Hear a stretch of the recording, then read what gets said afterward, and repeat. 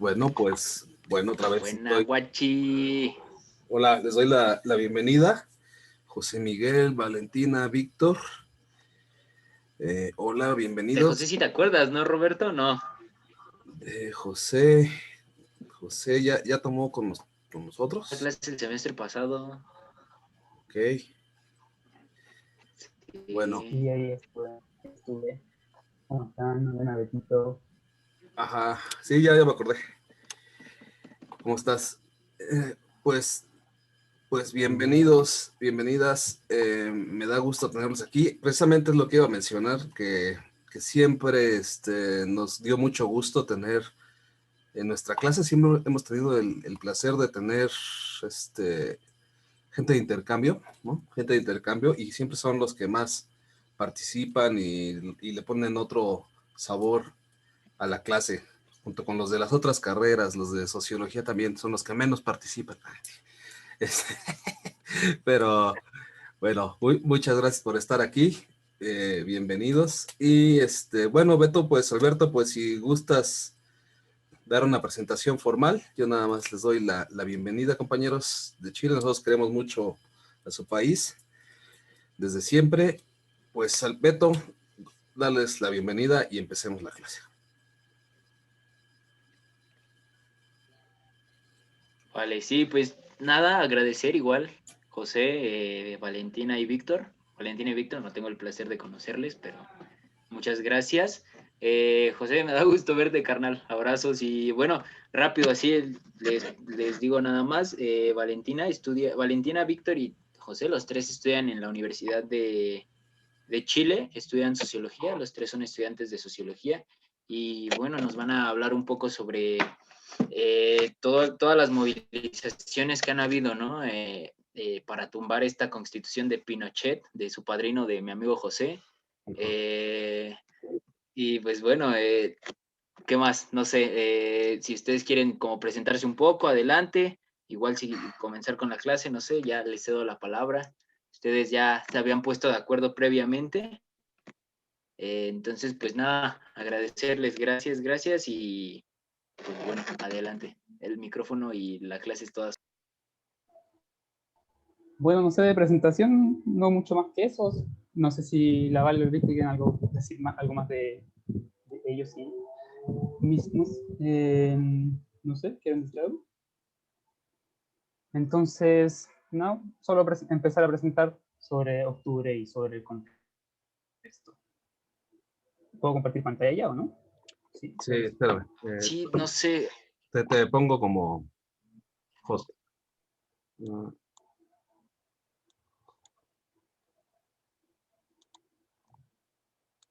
Creo que ya puedes. No sé si Vale y Víctor quieren decir algo como palabra inicial, si no solo empezamos con el contexto. A ver. Agradecernos la oportunidad y la invitación que nos hace José para participar de este espacio, como muy agradecido en verdad de la oportunidad de poder contarnos un poco de lo que se vivió y se sigue viviendo en ciertas partes aún todavía en cuanto a movilización. Pero eso. Sí, hola, yo saludar y sumarme a las palabras de mis compañeros.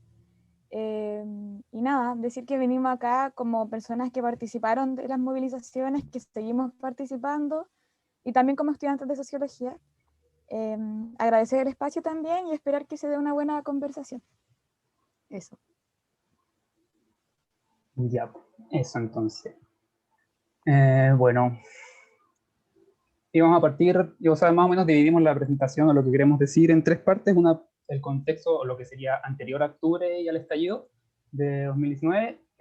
Otra parte en relación a octubre en sí, a todos los sucesos y hechos más importantes. Y una tercera parte sobre la experiencia como personas en el espacio, principalmente Víctor y Vali, que fueron los que estuvieron ahí porque yo estaba en México cuando todo sucedió.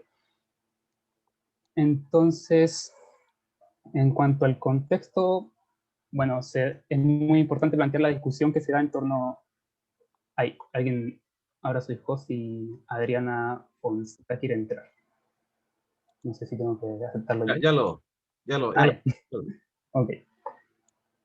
Se da mucho la discusión de desde qué momento empieza a desarrollarse lo que sucede en octubre, es una discusión que obviamente no tiene fin en muchos sentidos, pero ahora lo vamos a tomar un poco desde la década de los 70 y los 80, que es el periodo de dictadura militar que se da en Chile, desde el 73 hasta el 88-89, que es cuando se vuelve la media democracia con la Constitución de Pinochet del 80.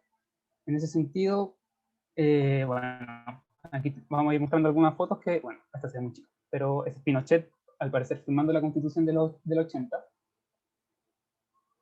Bueno, en la década de los 70, que sería como la época de dictadura, se dan reformas neoliberales que establecen la estructura neoliberal de Chile, que es la base estructural que se viene a discutir con la revuelta de octubre, de procesos de privatización de todos los servicios y bienes públicos, de educación, salud, sistemas de previsión, que son las AFP en Chile, que son una de las cuestiones más criticadas en la estructura neoliberal de Chile.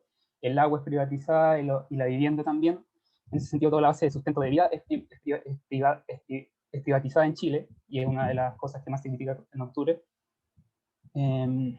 La Constitución de los 80, hecha en dictadura en los 80, firmada con el plebiscito del 80, resguarda el modelo liberal, es la Constitución que sigue vigente hasta hoy día, y es una de las pocas cosas que se logró con el estallido de octubre. En este sentido, la Constitución mecanismos democráticos, estableciendo una estructura neoliberal que es muy complicado sacarla del país si es que no se ataca directamente a la Constitución como el marco legal.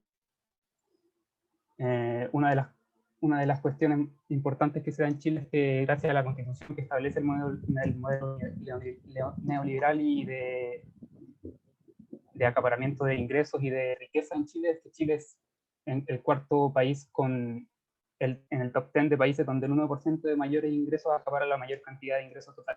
Quinto, México, de hecho, tiene el mismo porcentaje, que se puede hacer un paralelismo entre México y Chile en cuanto a la desigualdad y la acaparación de riquezas.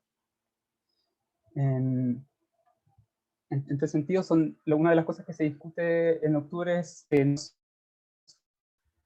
con el precio del transporte público de 30 pesos, pero se dice que no son 30 pesos la razón por la que se da el estallido, sino son 30 años de neoliberalismo, 30 años desde la vuelta a la democracia, que es en el 90, serían los 90 y los 20 años del 2000, son 30 años de neoliberalismo que hacen sufrir a la población chilena, que es un malestar lento pero muy profundo. No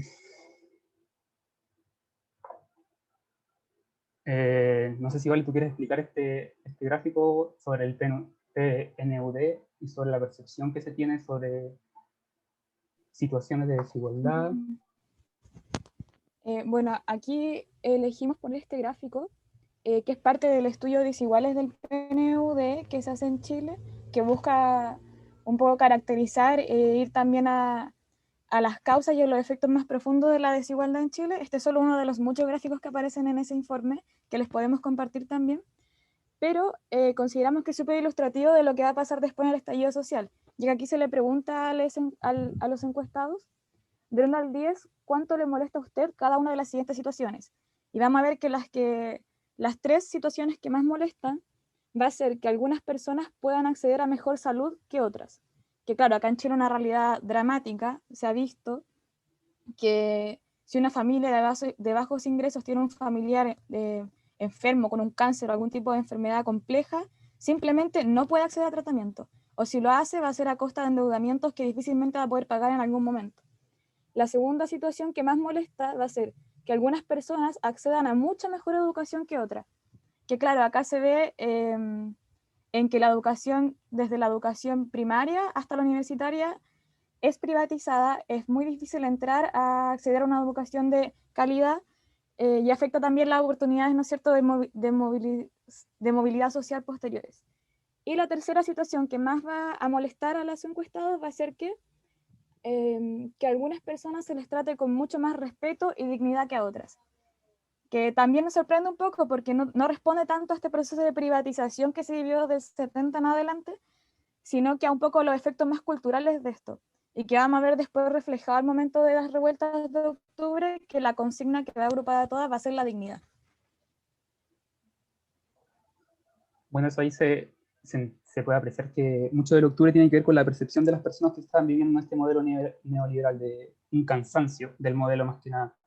Porque desde afuera y desde muchas partes se habla de la estabilidad de Chile económica, pero la verdad que, y de cómo en estos últimos 30 años de la vuelta a la democracia se ha logrado salir de la pobreza a mucho porcentaje de la población, pero es una salida de la pobreza muy frágil, por un lado, y muy precaria, por otro, porque son, no sé, Chile que es poca plata, considera una sea o no pobre dentro de los estándares de pobreza. Entonces se da que gente que no es considerada pobre, pero en verdad no puede acceder a educación superior, no puede, es un mercado laboral muy precario y muy frágil, o sea, está como demasiado dependiente a lo que sucede en el exterior, si es que Chile o no sigue en un estado de equilibrio, por así decirlo. También se da con el neoliberalismo y mucho en los últimos 20 años el discurso meritocrático, de esfuerzo individual, de responsabilidad individual de lo que tú sucede. Eso es demasiado difundido, somos igual en México, pero aquí es muy característico, está muy difundido en la gente, o sea, la gente, y una de las cosas que cansó en octubre, de que la gente se dio, o sea, bueno, siempre lo supo, yo creo que en verdad no es responsabilidad de cada uno necesariamente la situación de pobreza, tiene mucho que ver con el contexto económico neoliberal de Chile. Esta es una imagen que muestra la desigualdad en Santiago, esto es la capital, Santiago, la desigualdad geográfica del puntaje PSU, que la PSU es la prueba para acceder a la educación superior. Se puede apreciar como en las comunas que, bueno, en verdad si me pueden ayudar, Víctor, que son más de Santiago, yo no sé, el norte, que es como las comunas de La Barnechea, Vitacura, Las Condes, que son como las de más ingresos, de mayores ingresos, son las que sacan mayor puntaje. Y las comunas del sur oeste se da cuenta de puntaje, dando cuenta de la segregación en cuanto a la posibilidad de la educación superior. Respecto a Aquí, lo mismo que menciona José, eso igual responde al tipo de colegio que hay en cada sector. Por lo general, en Las Condes, Vitacura, Lo Barnechea hay alto nivel de colegio particular, y eso responde también al nivel socioeconómico que tienen las familias que habitan en esas comunas.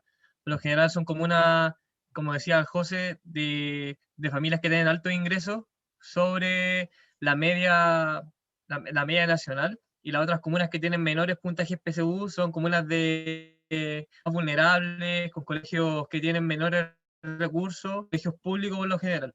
Y eso va determinando en ciertos aspectos el lugar donde uno puede llegar a estudiar. Hay hartos estudios acá en Chile que demuestran que el colegio donde ingresa, dependiendo si es público, privado o subvencionado, determina de cierta manera en dónde uno puede llegar a estudiar a nivel de educación superior, a la que puede ingresar, y una serie de cuestiones que van como reproduciendo esas líneas de desigualdades que existen en Chile. Agregar igual que, bueno, como decía Víctor, no tenemos todos los mapas como para todas las características, pero funciona igual. En esta parte más azul, claro, vamos a encontrar no solamente más colegios, sino que también más clínicas privadas de salud que tienen mejor salud, más acceso a áreas verdes, a parques, a equipamiento deportivo, etc. Y es muy curioso porque cuando ya se hace el plebiscito para cambiar la Constitución, las únicas 3 comunas que van a votar por no cambiar la Constitución van a ser las más azules, Lo Barnechea, Vitacura y Las Condes. Mientras que en todo el resto de las comunas, que también son las que concentran mayor población, va a ganar el apruebo a la nueva Constitución. sí, muchos mapas de distintas variables tienen los mismos colores al final. Mucho en Santiago. Bueno, todo este contexto que viene desde la dictadura de la Constitución de los 80 y de los 30 años después de la vuelta a la democracia, que consolidan el modelo neoliberal, ampliando las distintas áreas y privatizando más sectores y haciendo cambios que tienen que ver mucho con, por ejemplo, los gobiernos de la dictadura son la concertación, que es como una izquierda a medias, que lo máximo que logran son como planteando un discurso de derechos sociales, pero lo que logran son seguir privatizando. O sea, mejor educación, pero planteando un mercado en la educación. Mejor salud, pero planteando un mercado en la salud. Entonces, en ese sentido, es una profundización del neoliberalismo. Se puede decir que sale mucha gente de la pobreza, pero todo en esta estructura neoliberal que es muy frágil para las personas que viven en ella.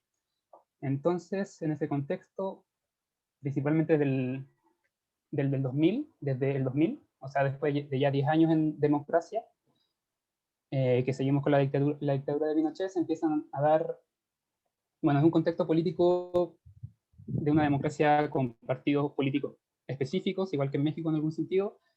Existe una inexistencia de referentes políticos y sociales que tengan una conexión más clara con la sociedad civil, por así decirlo, con los sectores populares de la sociedad. Son políticos de apellido, más que nada, políticos que vienen de familias desde antes de la dictadura.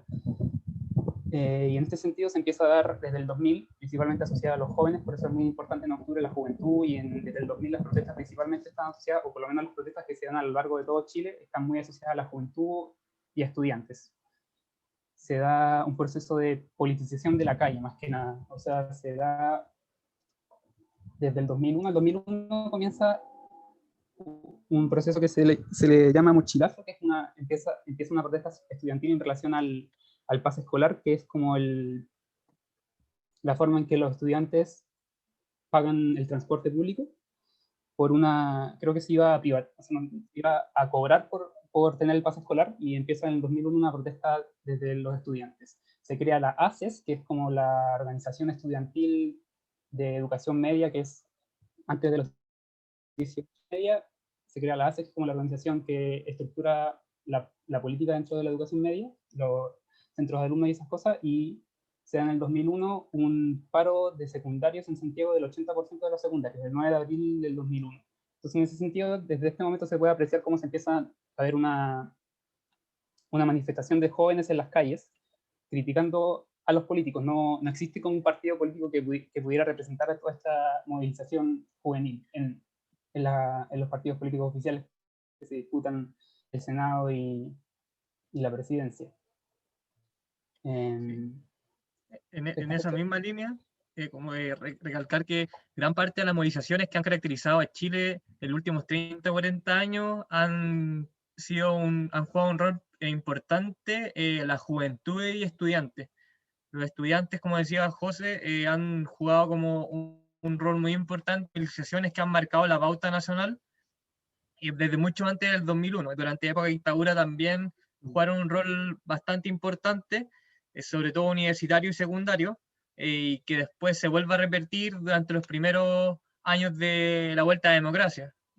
Ahí está el mochilazo, está la gran revolución pingüina del 2006, que marca un antes y un después en cuanto a políticas educacionales que se llevan a cabo en Chile, que si bien sin parte del gobierno trata de tomar estas demandas, no las responde en casi nada, provocando que se sigan desarrollando movilizaciones. Después lo mismo pasa el 2007 contra el Transantiago, que es cuando se implementa un nuevo sistema de transporte en la región metropolitana. Y ese sistema de transporte viene como a revolucionar el cómo se lleva a cabo el transporte a lo largo de toda la región. Y eso genera grandes problemáticas, aumento en el pasaje, problemas con el servicio que se ofrece, etc. Y, por ejemplo, después, en 2011 se vuelve a reavivar el movimiento estudiantil, pero aquí viene de la mano también del movimiento de estudiantes universitarios. El 2006 fue Revolución Pingüina, propiamente tal de estudiantes secundarios, y después del 2011 también juegan un rol muy importante los secundarios, pero también se suman gran parte de los estudiantes universitarios, que ahí se levanta como unas consignas que es como educación pública, gratuita y de calidad, tal como también se muestra en la imagen que está mostrando el José, denunciando elementos como el lucro que se da en la educación, la baja calidad que existe en la educación básica y media en comparación de los colegios municipales, que son los colegios dependientes en cierta manera del Estado, pero son delegados a las municipalidades, que son como los gobiernos locales de cada ciudad acá en Chile, y la segregación, este mismo tipo de educación y problemáticas del realismo instala en la sociedad. Y eso también después se van sumando movilizaciones por el alto costo de vida en regiones más extremas del país, el alto extractivismo empresarial que existe en Chile, y el extractivismo empresarial también se da en la gran explotación de los recursos naturales. Eso es una problemática que desde hace años se viene denunciando en Chile, pero que ahora ha tomado una mayor relevancia producto de las diferentes problemáticas de cambio climático, por la instalación de hidroeléctrica, deforestación, incendio y una serie de cuestiones que hasta el día de hoy se siguen reproduciendo y no se le ha dado respuesta alguna. Una de las más emblemáticas actualmente es el caso de Quintero, de una refinería que ha contaminado gran parte del sector, enfermedades con vómitos, dolores de cabeza, en niños, niñas, adolescentes, en la gente que vive en la comuna. Y después, en 2017, hay algunas movilizaciones en cuanto al sistema de AFP, que es el sistema de pensiones que existe acá en Chile, que actualmente se encuentra por muy bajo de la línea de la pobreza por persona en cuanto a lo que percibe cuando se jubilan, lo que ha provocado una gran cantidad de movilizaciones y discusiones. Actualmente lo que causó furor y harta discusión fue el retiro de cierto porcentaje de estos fondos previsionales por parte de gran parte de la población. Esto se discutió en el Congreso y marcó harto la pauta y se mostró harto la disyuntiva que hay entre un sector político más progresista versus uno más conservador a la derecha. Después en 2008, la Valentina quizás después pueda andar un poco más respecto a lo que ocurrió ahí. El 2018 hubo una gran cantidad de movilizaciones feministas que se llama Mayo Feminista, en donde a lo largo de todo Chile se llevaron a cabo tomas y movilizaciones de carácter feminista en contra de la violencia de género, violaciones que han llevado a cabo, femicidio y una serie de cuestiones que después Valentina, que participó de forma activa en esas movilizaciones, después de contar. Y también en el 2018 ocurre el asesinato de Camilo Catrillanca. Ahí, no sé si lo por ahí. De Camilo Catrillanca, que es un joven mapuche que en el marco de una supuesta... un supuesto robo de autos. Supuesto robo de autos, las fuerzas especiales de acá llevaron a cabo un allanamiento en el sector y dispararon a matar a Camilo Catrillanca, llevándole a cabo un disparo en la cabeza, y eso causó un alto impacto porque sumaba una serie de violaciones sistemáticas que se llevan a cabo frente a los pueblos originarios, pueblo mapuche. Uno de los más afectados actualmente es el pueblo mapuche, que ha tenido una serie de mártires, no solamente en gobiernos de derecha, sino que también en gobiernos de la concertación, que tienen un carácter más progresista. Un caso emblemático ocurrió en 2004 con el asesinato de Camilo Catrillanca, de Matías Catrileo, otro joven y comunero mapuche, y eso desató una gran cantidad de protestas nacionales y también provocó el destape de una serie de incongruencias por parte de fuerzas especiales en cuanto a las pericias que llevan a cabo, el encubrimiento y a los montajes que hay dentro de la institución, no solamente de carabineros, sino que también de investigaciones, siendo un caso emblemático Huracán, donde se montaron pruebas para inculpar a jóvenes mapuche. Y después, en 2019, algo que marca un hito histórico para comenzar el año es una jornada histórica de marcha 8M nuevamente, en donde alrededor de todo el país hay una foto del asesinato de Camilo Catrillanca. Está en la foto que lo mataron arriba de un tractor. Estaba en un tractor por un camino rural en su comunidad y los pacos la policía llegó por atrás y le disparó en la cabeza. Y eso enfrente de un joven de 14 años que era su acompañante. Y después, en el 2019, el año parte movilizado, marcando la pauta, las mujeres con una movilización histórica, el 8M, en donde solo en la capital y región metropolitana se cree que se movilizó más de 1 millón de mujeres, y a nivel nacional cerca de 3 millones, si es que no es más. Y ahí hay una foto de un ¿cómo se llama? De un escrito que pusieron ahí en plena Plaza Dignidad, ex Plaza Italia. Plaza Dignidad fue como se rebautizó durante la revuelta de octubre, donde decía históricas. Bueno, es importante. Claro. No iba a mencionar lo importante de tener en cuenta todas estas movilizaciones que se dan a lo largo del territorio para poder entender octubre, porque octubre, el estallido de octubre no es no es un hecho en específico lo que dio paso a octubre, sino que es una serie de cuestiones que se dan a lo largo del territorio, cruzadas muy transversalmente por las movilizaciones de la juventud y de los estudiantes, que al final son los que comienzan el 6 de octubre. Como mencionar la importancia de recordar estos hechos que son hace 20 años, hace 15 años, pero tienen mucho que ver con octubre. Por eso los mencionamos. Bueno, y también como intentando aunar, que igual son movilizaciones que responden a temáticas súper distintas, pero se ha estudiado y se ha dicho que todas se enmarcan un poco bajo la petición de mayor justicia social y mayor democracia. Yo creo que esas dos cosas engloban bastante bien todo, por supuesto, con muchos matices y evidencia, y otra característica muy importante va a ser que si bien, claro, empiezan grandes movimientos sociales, como los estudiantes, como los pensionados que van a pedir pensiones dignas, por ahí de repente salen movilizaciones por la salud, lo que comentaba Víctor del extractivismo, pero a una articulación y vinculación entre movimientos sociales. Eso también es como una característica, yo diría, importante para entender cómo después todo estalla y de repente ya todos nos damos cuenta que esto es insostenible y tenemos que empezar a vernos las caras y ver cómo arreglamos esto. Y para también tocar el punto que decía Víctor de las movilizaciones feministas, también se considera un poco un precedente lo que pasa después en octubre, pero también tiene su propio carril de acción. Es la primera movilización feminista como tal que se reconoce así y que nace solamente de mujeres y disidencias sexuales, también muy ligado y como un poco herencia de lo que el movimiento estudiantil del 2011, que estudiaba en el 2011 estando, luego en la universidad, nos tomamos las universidades, fue un movimiento principalmente universitario, y que surge algo súper contingente, que son las situaciones de abuso sexual dentro de la universidad y por parte de los académicos, que también después vemos cómo se replica, y quizás antes también, en otros países de Latinoamérica, pero termina tomando fuerza y llamando a la unión de mujeres, no solamente universitarias, pero culmina al inicio del año 2019, que no es esta que se muestra aquí, esta es la del año siguiente, que es más grande todavía. Pero para la del 2019, claro, se llega a decir que es la marcha más grande desde antes del golpe de Estado del 73, cuando se juntaba la gente a apoyar a Allende. Eso yo creo, para que pasemos a lo que es octubre del 2019. Pero hay mucha rabia acumulada.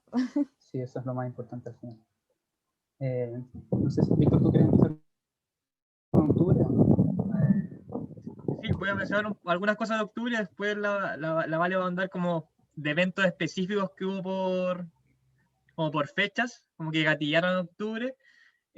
Bueno, recalcar que nuevamente fue una movilización que partió por estudiantes secundarios, con el salto de torniquetes, principalmente por esta alza de 30 pesos en el pasaje a la tercera, al costo de pasaje de los adultos, que si bien no afectaba a los estudiantes secundarios, estos fueron los que empezaron las movilizaciones. Estas después fueron subiendo de escala y provocando lo que ocurrió desde el 18 de octubre, que una serie de movilizaciones donde hay violación sistemática de los derechos humanos.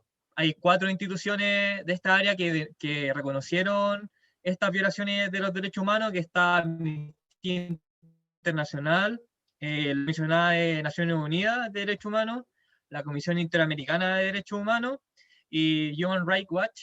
Y las 4 coincidían en que en Chile existen violaciones de los derechos humanos.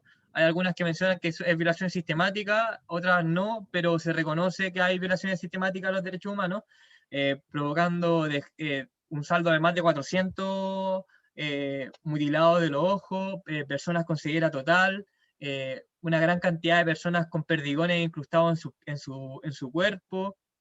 Y en la misma línea, el gobierno de turno desconoce estos informes de violaciones de derechos humanos, lo que da una mayor cantidad de problemáticas a la interna del país y también siendo cuestionados por ciertos países extranjeros. Una cosa es que este es un mapa que muestra violaciones de derechos humanos a lo largo de Chile, solamente eso, para mencionarlo, que lo tenía y igual vale la pena mostrarlo. Estas cosas igual después las podemos mandar, los documentos que utilizamos y las páginas que vimos las podemos mandar por si acaso. Eso. algo que también resulta preocupante durante el tema es primero, la gran cantidad de violencia sexual que sufren mujeres y disidencias principalmente a lo largo de este periodo. La violencia que existe contra niños, niñas y adolescentes, esto menor a 18 años, y esto viene de la mano a lo que ocurrió años antes, en donde se denuncia la crisis que vive el Sename, que el Sename es una institución que se encarga de velar por los derechos de niños, niñas y adolescentes, en donde un informe de la ONU del 2018 menciona que en Chile las instituciones pertenecientes al Sename violan sistemáticamente los derechos de niños, niñas y adolescentes, en donde han habido denuncias de violaciones por parte de los cuidadores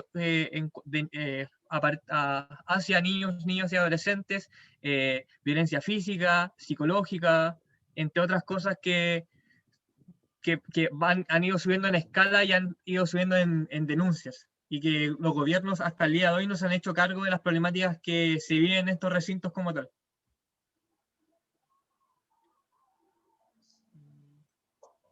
En la misma línea, posterior a estas grandes movilizaciones que se viven en Chile durante octubre, que después vamos a detallar unos eventos más específicos de lo que ocurrió, se logra un pacto que acá se le llama la cocina, en cierto aspecto, en donde los partidos políticos pactan el desarrollo de una nueva constitución, pero este no responde a una de las peticiones de la movilización social, en donde se pedía una asamblea constituyente. Y esto no fue escuchado y no se hizo de la forma en que la gente que se movilizaba quería, teniendo varias problemáticas que hasta el día de hoy no se han solucionado del todo. Entre estas son, por ejemplo, cuando recién empezó no se tenía pactado que iba a ser paritaria, que iban a haber escaños reservados. Y eso se fueron dando sobre la marcha, y al día de hoy se logró, pese a que no es una asamblea constituyente como la gente que se movilizó quiere aún, se logró que se pudiese redactar una constitución que aún no se lleva a cabo las elecciones de los constituyentes, paritaria en su 100%, que haya al menos 50% de mujeres y 50% de hombres, siendo una de las primeras a nivel mundial que tiene estas condiciones, y ciertos escaños reservados. Aquí hay algunas problemáticas respecto a cómo se llevan a cabo estos escaños reservados, puesto que no considera a todos los pueblos que forman parte del país, lo que ha generado una serie de problemáticas, aparte de que solamente son 17 escaños reservados para una población muy alta de pueblo mapuche, atacameño, descendiente, por nombrar algunos. Oye, vamos a reconectarnos porque se nos va a acabar el tiempo y nos vemos en 30 segundos. Reconéctense todos. Vale. En el mismo link, ¿no? Sí, en el mismo link.